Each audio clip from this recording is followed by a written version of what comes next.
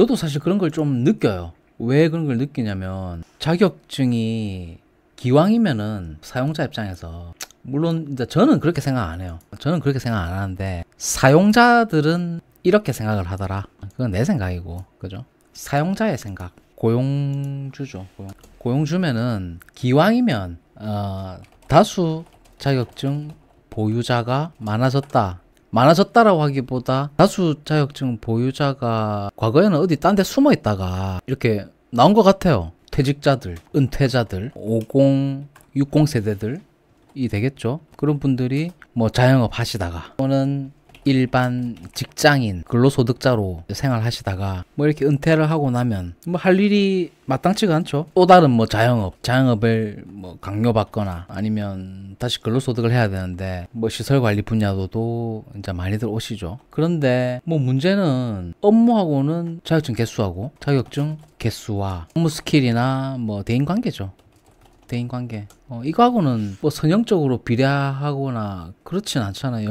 아무런 연관성이 없잖아요. 인과성도 없고. 그럼에도 불구하고 그래도 이제 같은 조건이면 시설관리 분야의 유사 자격증이 많은 사람을 선호하더라라는 거예요. 실질적으로 그게 뭐 직접적으로 업무에 도움이 된다 안 된다를 떠나서 뭐 어떤 일이 생길 줄 모르니까. 예를 들어 어떤 사람이 공백이 생겼으면은 또 그거를 또 선임을 할 수도 있고, 건물이 아니더라도 뭐 다른 건물에도 이렇게 일시적으로 선임을 할 수 있는 임시 방편이 또 되고 하니까 활용도가 더 높다는 거죠. 활용도가 높다.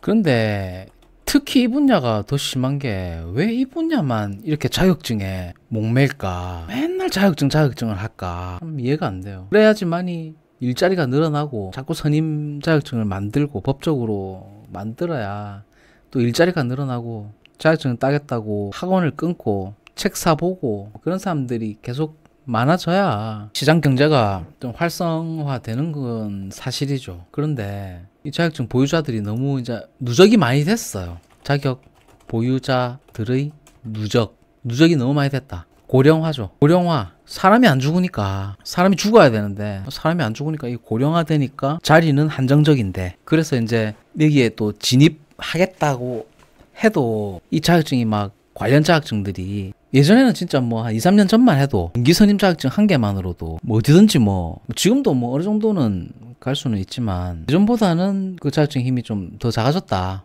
전기기사 있으면 굳이 기계를 안 따도 되지 않나요? 전기과장 하다가 기계 대리로 가려고 따나요?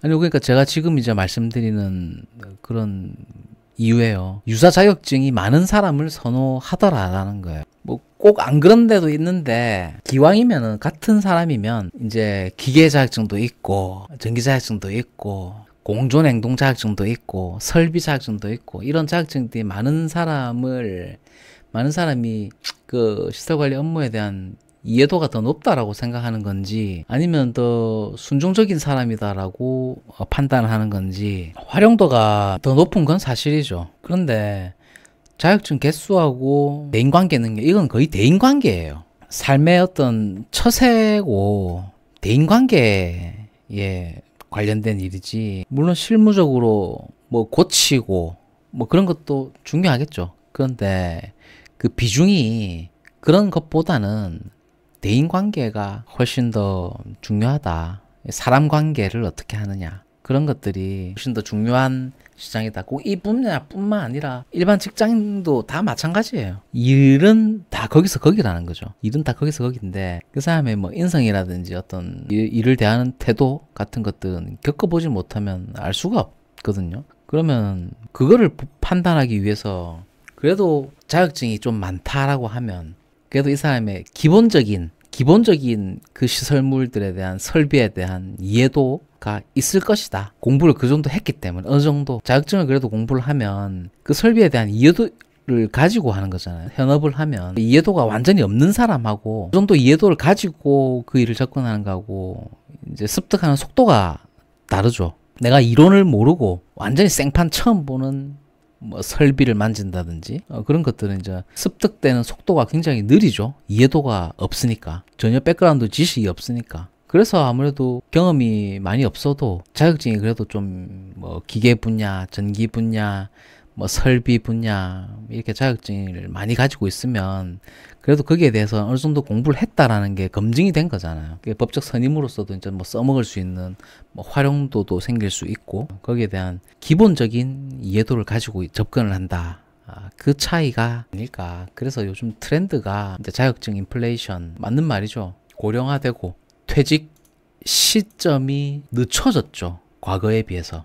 과거에는 이제 뭐 한 60세 정도 되면 55세, 60세 정도 되면 거의 일을 안 했죠. 퇴직을 하면 뭐 국민연금을 받는다는 둥, 뭐 월세를 받는다는 둥, 뭐 그런 형태로 해서 뭐 한 10년 정도 뭐 이렇게 살다가 뭐 생을 마감하는 케이스들이 많았지만 고령화됐고 기대 수명이 너무 길어짐에 따라서 그런데 거기에 대해서 이제 사회 인프라 구축도 거기에 맞게끔 국민연금 제도도 거기에 맞게끔 제도가 개선되고 디벨롭이 돼야 되는데 제도는 과거에 머물러 있지만 사람의 생명 기대 수명은 너무 늘어났다라는 거죠. 제도도 거기에 발맞춰서 이렇게 늘어나야 되는데 유연하게 바뀌어야 되고 근데 그 제도라는 게 그 인구 고령화의 속도를 제도의 변화가 그 인구 고령화의 속도를 따라가지가 못하는 거죠. 그렇다 보니까 이게 유격이 계속 커지면서 이런 사회적 갈등들이 자꾸 생기는 거죠. 사용자는 원하는 인재를 찾지 못해서 안달이고 피고용자는 직장이 없어서 이렇게 안달이고 자격증 인플레이션은 넘쳐나고 그게 상향 평준화가 됐다는 거죠. 사람들의